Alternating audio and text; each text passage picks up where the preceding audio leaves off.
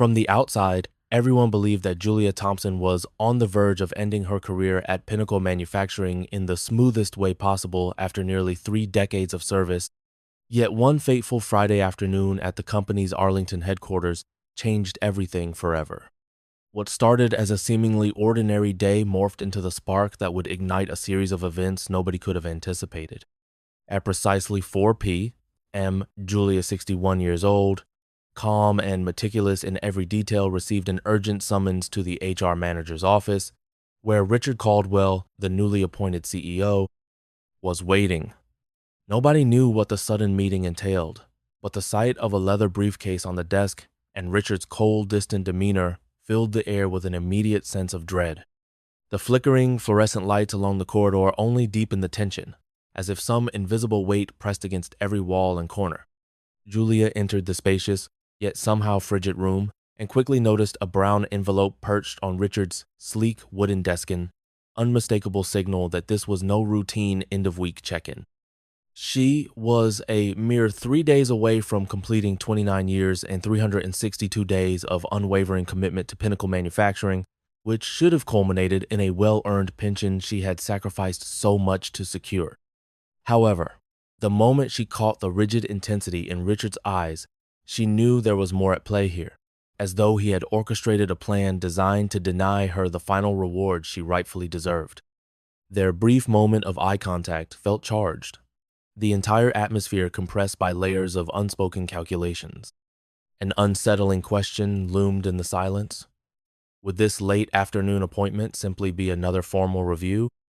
Or was it the beginning of a tempest poised to sweep away everything Julia had built over nearly 3 decades? One thing was certain: the outcome would determine not just Julia's own fate, but could also shake the very foundation of Pinnacle Manufacturing in the days to come. Julia Thompson stood in stunned silence for a moment before she calmly thanked Richard Caldwell for his time and gathered the manila envelope he had slid across the polished desk. Though her pulse hammered in her chest, she did not let it show. Every detail of that abrupt meeting had screamed, calculated, and she knew better than to display shock or anger in front of the very man who was orchestrating her downfall. As she left his office, she noticed how the sunbeam slicing through the blinds seemed colder than usual, as if reflecting her own sense of betrayal. Outside, Marianne from Human Resources waited in the corridor, her face marked by discomfort that hovered between pity and guilt. Marianne gestured for Julia to collect her personal belongings under the watchful eye of a security guard standing stiffly at the corner, his posture reminding her of how quickly trust could be replaced by suspicion. In quiet resignation, Julia packed a few precious keepsakes into a small box. A framed photo of her late husband, Ethan, taken on their wedding day 25 years ago, a plaque commemorating her 25th year of service at Pinnacle Manufacturing, and a potted violet her daughter, Rebecca, had given her right before leaving for college. Julia felt a slight tremor in her hand as she placed each item inside, realizing how most of what truly mattered to her, such as family memories and life lessons, could never be boxed up nor taken away. Marianne tried to whisper words of regret, apologizing for this unceremonious end to nearly 3 decades of loyalty, yet Julia managed only a faint nod in return.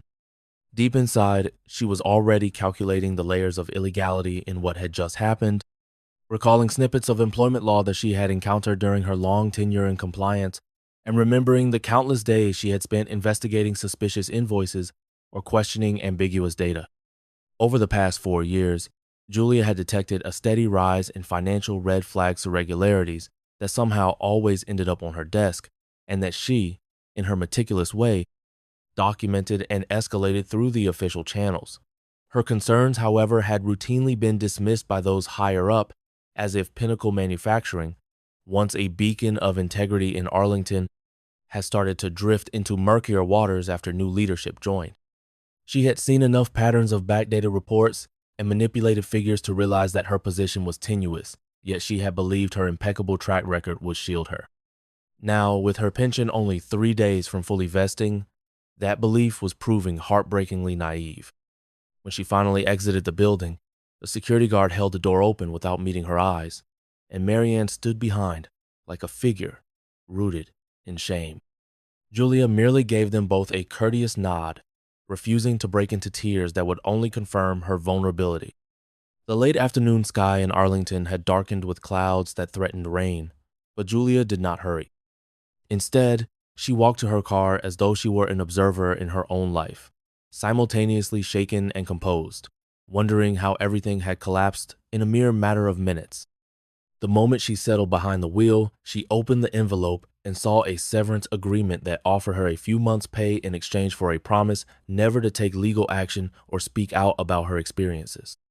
It was a stark ultimatum, one that laid bare the extent to which Pinnacle wanted her silenced.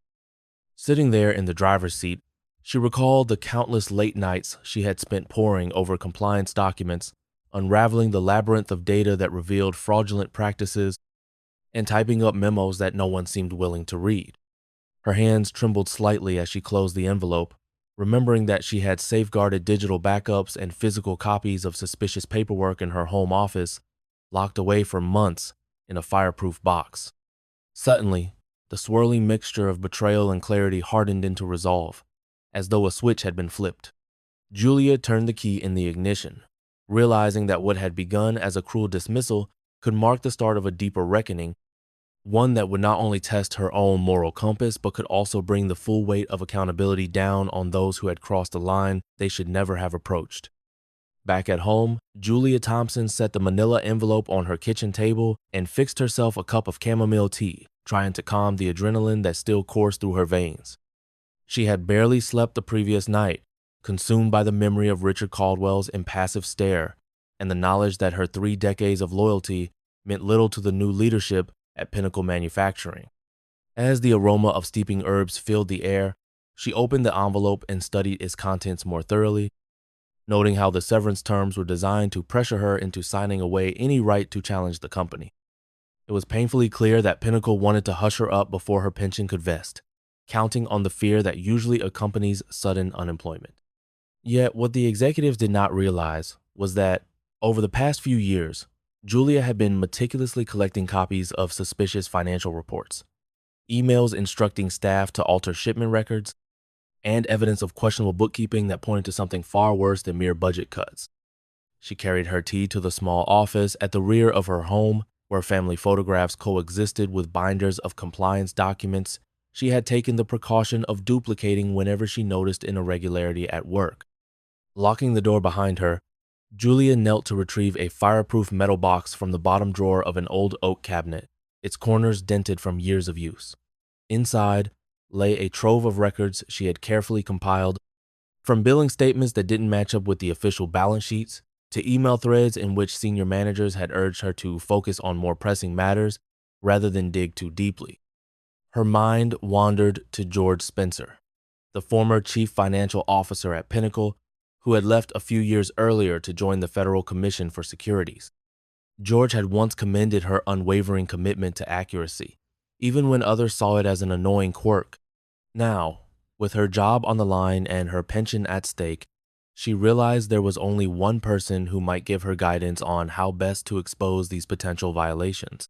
In a moment of calm resolve, she dialed George's number, recalling how he had said, "If you ever suspect something's truly off, call me no matter where I am." After the third ring, she heard his familiar voice, tinged with both warmth and concern. Their conversation lasted nearly 2 hours, during which Julia explained how Pinnacle had effectively ambushed her with a termination notice just days before her retirement benefits would fully mature, and how she had ample documentation suggesting systemic financial fraud. George listened without interruption, then explained the whistleblower protections that existed for someone in her position. He strongly advised her not to sign any severance agreement until she had sought legal counsel, warning that the company's demand for a quick signature was a classic tactic to silence potential witnesses. When she finally hung up, Julia felt the suffocating weight of uncertainty begin to ease, replaced by a renewed sense of purpose and a determination to see this through heaven if it meant fighting a battle that could upend her life. That evening, the phone rang persistently. Caller ID revealed names from Pinnacle's HR department and even the company's general counsel, each leaving increasingly urgent messages that escalated in tone from polite requests to thinly veiled threats. "Julia, we need your signature by tomorrow." One recording intoned, while another warned that her severance offer would be void if she failed to comply. She ignored them all, letting the robotic voice of her answering machine soak up each desperate plea. At one point, Marianne from HR tried to appeal to Julia's emotions by suggesting that any delay would only hurt her financially. But Julia knew fear was precisely the tool Pinnacle hoped to wield against her. Later that night, just as she was shutting off the downstairs lights, she heard a knock at her front door. Peering through the side window, she spotted Richard Caldwell under the dim porch lamp, his luxury sedan idling at the curb. "Julia," he called, his impatience bleeding through his forced civility. "I know you're in there. Sign the papers and we can all move on." He waited several long seconds for her to open the door, leaving behind a sealed envelope when she remained silent. Only after he had driven away did she retrieve the envelope, which contained yet another copy of the severance agreement, scrawled with the words, "Final opportunity sign by Monday, 9 a.m. Despite the knot in her stomach, Julia refused to cave in to intimidation. Instead, she spent the remainder of the weekend organizing her files, scanning key documents, and creating backup copies on encrypted drives. Her daughter, Rebecca, called from Boston, immediately sensing that something was wrong. Julia confided that she had been let go only 3 days before her pension was set to vest, provoking an outraged response. "Mom, that can't be legal. I'll take the next flight back," Rebecca insisted, but Julia urged her to stay put, reassuring her that this was a battle best fought without causing panic in the family. Even though her daughter sounded unconvinced, Julia promised she would handle it, reminding Rebecca that the truth was often the most powerful weapon. By Sunday night, she was prepared for whatever Monday might bring. Her plan was simple: meet with George Spencer and his colleagues at the Federal Commission for Securities, present the evidence she had compiled, and ensure that Pinnacle Manufacturing's unscrupulous tactics and the larger web of financial misdeeds they were trying to conceal would come to light. No matter how unsettling the road ahead might be, Julia Thompson was resolved to see this fight through to the end, guided by a conviction that genuine accountability was the only outcome worthy of her life's work. On Monday morning, Julia Thompson woke at dawn with a steely determination that cut through the remnants of weekend anxiety. She carefully dressed in a navy blue blazer and matching skirt-on outfit she usually reserved for pivotal moments, then checked once more that all the documents in her battered leather briefcase were in perfect order. The meeting she was about to attend could alter the course of her life and, more significantly, could bring the full truth of Pinnacle Manufacturing's questionable financial dealings into the open. She had arranged to meet George Spencer, now a senior official at the Federal Commission for Securities, whose experience and respect for her thoroughness made him one of the few people she trusted with the trove of evidence she had gathered. Stepping into the Commission's modern glass building in downtown Arlington, Julia felt the hush of official corridors envelop her, a solemn reminder that these halls had seen countless corporate scandals exposed over the years. George greeted her in the lobby with a brief yet reassuring smile, then introduced her to Angela Harris, a seasoned enforcement attorney known for her no-nonsense approach, and James Turner, a forensic accountant with a meticulous eye for detail. They ushered Julia into a conference room that overlooked the city skyline, and as she laid out the stacks of emails, reports, and spreadsheets, she couldn't help noticing the heightened interest in Angela's eyes. For the next 3 hours, Julia meticulously walked them through the irregularities she had noted: shipping records altered to inflate revenue, financial statements that masked shortfalls under the guise of operational costs, and quality control logs that appeared to have been backdated to conceal product issues. With each page, the investigators exchanged glances that signaled concern, and Julia felt the tension in the room crystallize around the weight of her evidence. George, whose calm demeanor had initially put Julia at ease, now spoke in a grim tone that betrayed his alarm. He informed her that if the numbers were as manipulated as they appeared, the commission would likely launch a formal investigation into Pinnacle Manufacturing's accounting practices, which could lead to severe legal repercussions for the individuals involved. Angela leaned forward, her fingers tapping lightly on the folder Julia had brought, then asked pointed questions about the internal channels through which Julia had reported her findings, questions that made it clear the agency intended to uncover not just who orchestrated the fraud, but also who had chosen to ignore it. Julia answered candidly, recalling how her concerns had repeatedly been dismissed or handed off to another department, until they vanished without explanation. Although the mounting evidence vindicated her belief that the company was involved in systemic wrongdoing, she couldn't help feeling a pang of sadness for the organization she had served for almost 3 decades. When Julia emerged from the commission's offices around midday, she discovered a stream of voicemails and text messages from Pinnacle's executives waiting on her phone. The sense of urgency in their voices had intensified, as if they knew she had taken her accusations to a place beyond their control. She scrolled through increasingly frantic messages from the Human Resources Department and from Richard Caldwell himself, each laced with a nervous politeness that contrasted sharply with their threatening tone days earlier. She let out a weary sigh and turned off her phone, certain that their sudden anxiety meant they had already caught wind of the Commission's growing interest in their financial records. By early afternoon, news of a potential federal inquiry into Pinnacle Manufacturing began circulating among local business circles, ultimately reaching reporters who specialized in corporate investigations. Julia couldn't hide her quiet satisfaction, not out of vindictiveness, but out of relief that the mechanisms of accountability appeared to be working at last. A close friend who still worked at Pinnacle discreetly informed her that the board of directors had been called into an emergency meeting and rumors were swirling about who might take the fall if the inquiry went public. In the background of this mounting chaos, Julia kept her focus on the tangible proof she had provided, knowing that, despite the media frenzy, solid documentation would remain the bedrock of any potential legal action. Late that evening, George called with an update, confirming that the commission was officially opening a case file on Pinnacle Manufacturing based on the strength of the documentation Julia had provided. Though it was only the first step in what could be a long and grueling battle, the affirmation caused a wave of cautious relief to wash over her. She recalled how powerless she had felt when security escorted her out of the building, carrying little more than a box of personal items and a severance agreement designed to silence her. Now, however, she realized that every meticulous note she had filed away, every email she had saved despite being told to forget about it, had led her to this moment. Hanging up the phone, Julia allowed herself a small but meaningful smile, for she knew that while the weeks and months ahead would be fraught with tension, she was no longer fighting this uphill battle alone. The investigation had officially begun, and she intended to see it through, convinced that the truth would finally have its day and that those responsible would no longer be able to hide in the shadows. By midweek, a palpable sense of panic had seized every corner of Pinnacle Manufacturing's headquarters in Arlington. Executives who had once brushed aside Julia Thompson's detailed reports were now scurrying between hastily convened board meetings and tense phone calls with legal counsel, their confident facades crumbling under the glare of unwanted scrutiny. The media had caught the faintest whiff of a looming corporate scandal, fueling whispers in financial circles about the suspicious nature of Julia's abrupt termination and the newfound interest from federal regulators. Stories about possible misconduct at Pinnacle began circulating among local journalists, and as the company's stock took a noticeable dip, shareholders demanded immediate answers.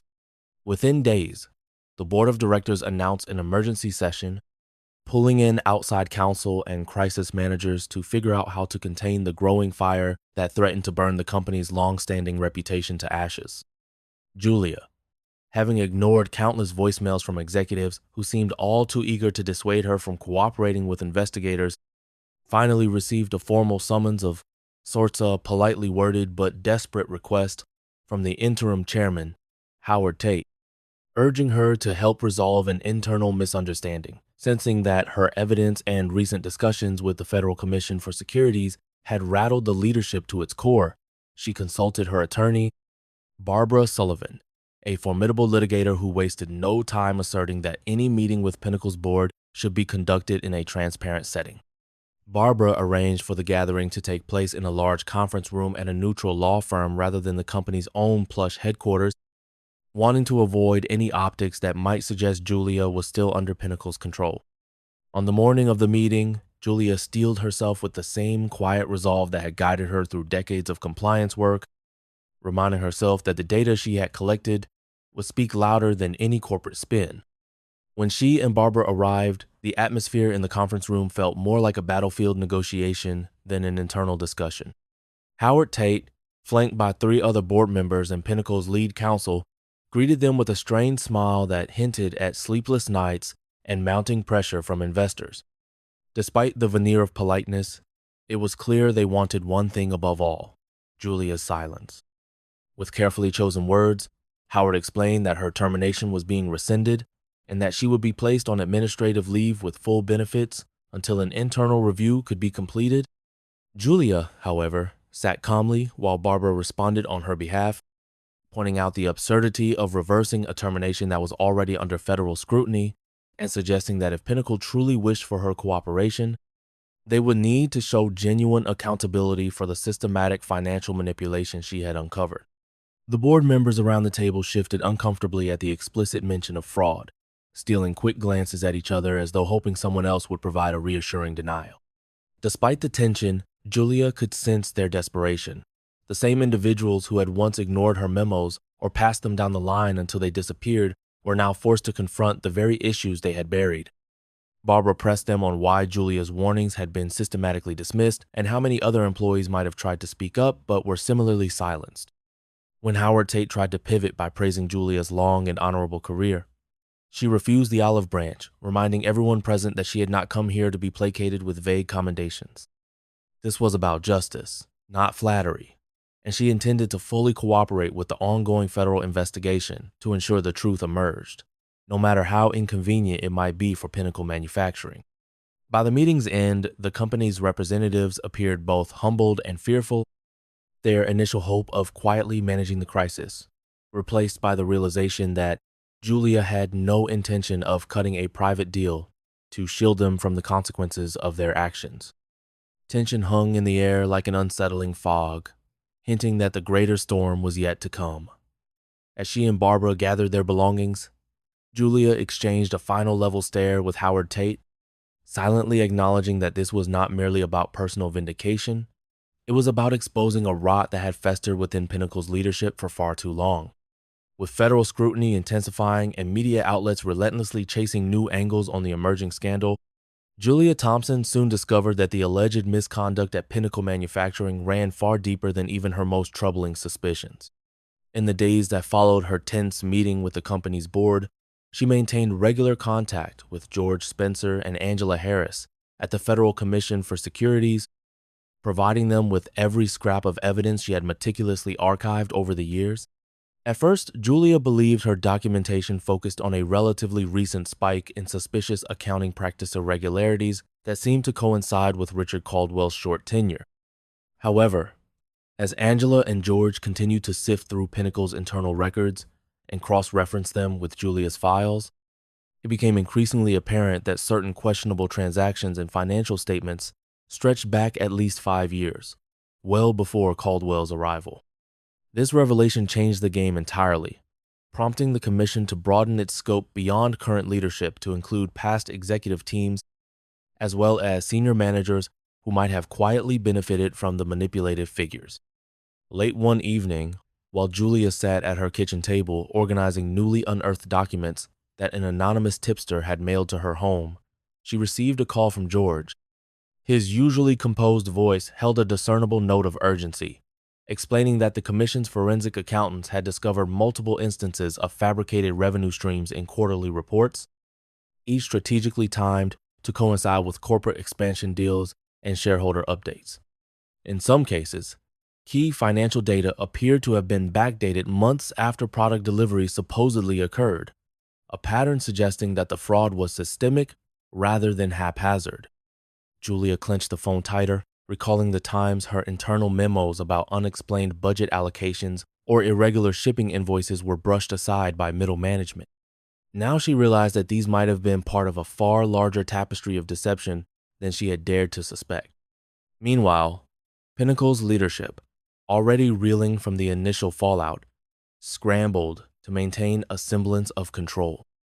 The board fired off a new press release vaguely admitting to serious accounting discrepancies, but assuring investors that immediate corrective measures were underway.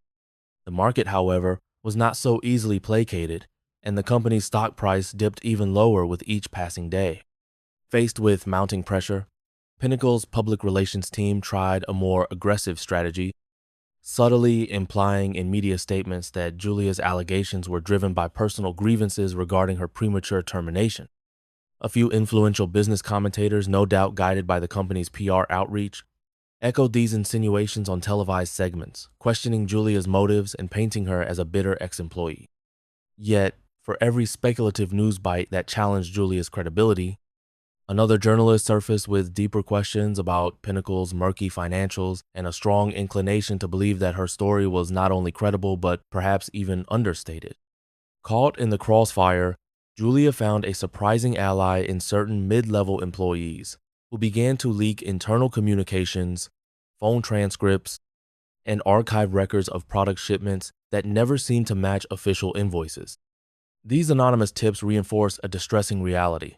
Many individuals had suspected wrongdoing for years, but lacked the protective framework or courage to speak up. Now, with the Commission's investigation gaining momentum and Julia's role as a whistleblower capturing public attention, more voices were coming forward to validate her findings.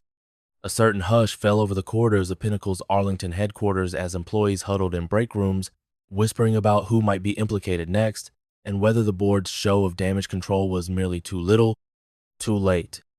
Barbara Sullivan, Julia's legal counsel, stayed in close contact throughout this chaotic phase, urging her client to keep detailed notes of every interaction, every call, and every new piece of evidence that arrived.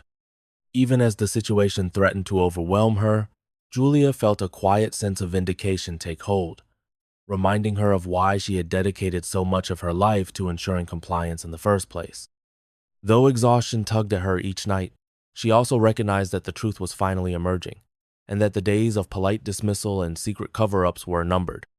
She would often reflect on how this ordeal had begun with a single, cold meeting in Richard Caldwell's office, a meeting that was supposed to mark her abrupt and humiliating exit from the company. Now, as she gazed upon the mounting revelations and considered the breadth of the alleged fraud, it became clear that Pinnacle Manufacturing's crisis was no isolated incident, but a reflection of a deeper moral failing that had festered for years behind glossy annual reports and corporate jargon. By week's end, federal investigators had traced a trail of doctored invoices and falsified quality assurance logs spanning multiple departments, implicating not just a handful of executives, but entire project teams that had evidently turned a blind eye to the manipulation. As daunting as it was to see the scandal grow in both scope and consequences, Julia felt an undeniable surge of resolve. No longer acting in the shadows, she realized her role was not merely to expose wrongdoing, but also to stand as a testament that integrity, when bolstered by hard evidence and the courage to speak out, could indeed topple even the most entrenched systems of deception. Exactly 1 week after Julia Thompson had been escorted out of Pinnacle Manufacturing, an extraordinary sense of anticipation filled the company's Arlington headquarters. The SEC investigation, fueled by Julia's detailed evidence and subsequent revelations from other employees, had progressed with lightning speed, illuminating a web of accounting fraud and corporate deception that spanned multiple departments. On Monday morning, the boardroom buzzed with grim-faced directors and legal counsel, all bracing themselves for what would undoubtedly become the most consequential meeting in the company's history. Outside, in the wide marble-floored lobby, clusters of employees whispered in hushed voices, their eyes flicking nervously toward the elevator bank and the security desk, as if expecting federal agents to appear at any moment. By the time noon approached, rumors were rampant. Richard Caldwell, Pinnacle's once lauded CEO, was on the verge of being relieved of his duties, and several board members were preparing statements that might protect them from the fallout or at least minimize the damage to their personal reputations. Shortly before lunchtime, an official press release emerged, confirming the company's decision to terminate Caldwell for cause, citing serious ethical violations and dereliction of fiduciary responsibility. The announcement also named 3 board members who had opted to resign rather than face the indignity of public scrutiny, though some sources hinted they had been quietly forced out in a bid to mitigate further scandal. Pinnacle's stock, which had already suffered a precipitous drop, took another sharp dive as investors panicked, triggering calls for emergency funds and urgent investor briefings. Even longtime employees who had once taken pride in Pinnacle's sterling reputation confessed to a sense of whiplash, struggling to reconcile the company they thought they knew with the emerging reality of systemic misconduct. Across Arlington's business district, the story dominated headlines, overshadowing other corporate news and inciting heated debates about the lengths to which leaders would go to inflate profits and silence dissent. Meanwhile, Julia and her attorney, Barbara Sullivan, watched these developments unfold from the safety of Barbara's law office, where they had assembled once again to evaluate the latest press statements and decide how best to respond. By mid-afternoon, an unexpected invitation arrived. Pinnacle's newly appointed interim CEO, Patricia Monroe, formerly the chief operating officer, requested an urgent face-to-face discussion, hinting at significant concessions and a genuine desire to rectify past mistakes. Although wary of any olive branch that might be motivated solely by looming legal consequences, Julia agreed to a meeting scheduled for the following morning, insisting on a neutral location rather than Pinnacle's offices. Barbara concurred, asserting that any conversation must be transparent to avoid even the faintest suspicion of an under-the-table arrangement aimed at softening Julia's willingness to cooperate with the ongoing investigation. When Julia finally encountered Patricia Monroe the next day, she found the leader visibly weighed down by the gravity of the scandal, her usually poised expression replaced with one of exhaustion. Patricia began by apologizing on behalf of Pinnacle, affirming that the company was prepared to fully restore Julia's employment status, recognize her pension rights, and offer a formal written apology for the deeply misguided decision to terminate her. Patricia went further still, proposing that Julia consider leading a newly established ethics and compliance task force, complete with a mandate to root out any remaining remnants of malfeasance. Although tempted by the opportunity to restore the integrity she had once worked so diligently to uphold, Julia did not accept immediately. Instead, she calmly explained that her foremost obligation was to cooperate with the SEC and ensure that all responsible parties, from Richard Caldwell to every complicit board member, were held fully accountable. Only then would she entertain the idea of helping to rebuild Pinnacle's shattered moral foundation. As Julia spoke, she noticed Patricia's nod of acknowledgement and a flicker of respect in her eyes, a subtle but powerful signal that perhaps real transformation was now more than just a public relations move. By the end of that meeting, it became clear that the repercussions for Pinnacle were only beginning. Federal investigators showed no signs of relenting, the media scrutiny was still escalating, and countless employees were caught between outrage at past deceptions and faint hope for a new, cleaner corporate culture. For Julia, however, the moment represented a pivotal turn in her arduous journey. She was no longer just a discarded compliance officer fighting a solitary battle for justice, but rather a recognized whistleblower whose revelations had forced the mighty corporation to confront its own failings. Though aware that months of depositions, hearings, and legal maneuvering still lay ahead, Julia felt a measured sense of triumph settle around her. It was the satisfaction of knowing that her unwavering dedication to the truth had toppled those who had thrived too long in the shadows, and that this reckoning might finally grant Pinnacle Manufacturing a chance to become the honest, responsible entity it should have been from the start. Over the following 6 months, the legal proceedings against Pinnacle Manufacturing and its former executives made headlines across the country, culminating in a highly publicized federal trial that named Richard Caldwell and 2 ex-board members as key architects of the fraudulent schemes. One by one, they entered plea deals in a somber federal courtroom, their formal suits and once confident demeanors now overshadowed by the gravity of their admissions. Julia Thompson watched from a wooden bench in the gallery, feeling a mixture of resolve and sadness as the people who had threatened her future were finally held to account. The corporation she had dedicated nearly 3 decades of her life to was now forced to confront the consequences of choices made by a few individuals who valued profits and personal gain above all else. The scandal, though devastating for Pinnacle, triggered a thorough house cleaning. Interim CEO Patricia Monroe announced sweeping reforms, from transparent financial reporting to stronger internal auditing measures, as well as the establishment of an independent ethics committee tasked with preventing any recurrence of such wrongdoing. In an unexpected overture, Patricia invited Julia to spearhead the committee, acknowledging her expertise and unwavering moral compass. However, Julia respectfully declined, choosing instead to keep her distance from a place that, though once her professional home, had left her deeply scarred. She did, however, offer advice on best practices for maintaining compliance, understanding that genuine change demanded commitment from every individual in the corporate hierarchy. Meanwhile, Julia's personal life shifted in ways she had never anticipated. The SEC, having recognized the critical role her evidence played in exposing Pinnacle's widespread fraud, awarded her a whistleblower settlement, significant enough to secure her retirement beyond anything she had originally envisioned. Touched by a sense of gratitude that her work had not been in vain, she decided to establish a small scholarship fund for women studying finance and corporate ethics, naming it after her late husband, Ethan, who had always believed in her meticulous sense of right and wrong. Her daughter, Rebecca, moved back to Arlington with the grandchildren, which allowed Julia to fill her weekends with family gatherings on the shore of a nearby lake, creating new traditions that helped heal the wounds of her abrupt departure from the workforce. Looking back on the chain of events that began with a sealed envelope on Richard Caldwell's desk, Julia recognized that her career, which once revolved around preventing small regulatory infractions, had concluded with uncovering one of the largest frauds in Pinnacle's history. Through all the turmoil, she had reaffirmed the conviction that integrity must stand firm, even when the price appears steep and the road uncertain. Though she had never sought the role of a whistleblower, the truth demanded a champion, and Julia's resolve became an example for others who might be wrestling with whether or not to speak up against corporate misconduct. In the end, Pinnacle Manufacturing survived, albeit chastened and fundamentally altered.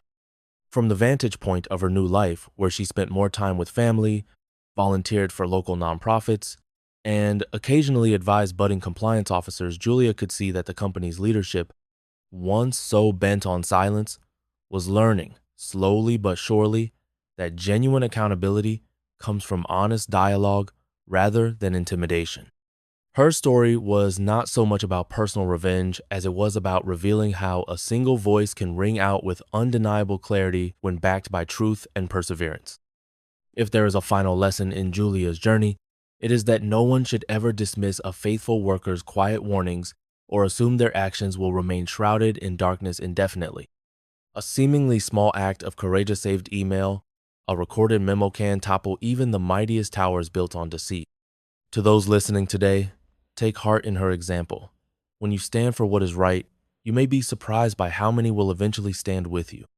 Thank you for joining us in this story of resilience and justice.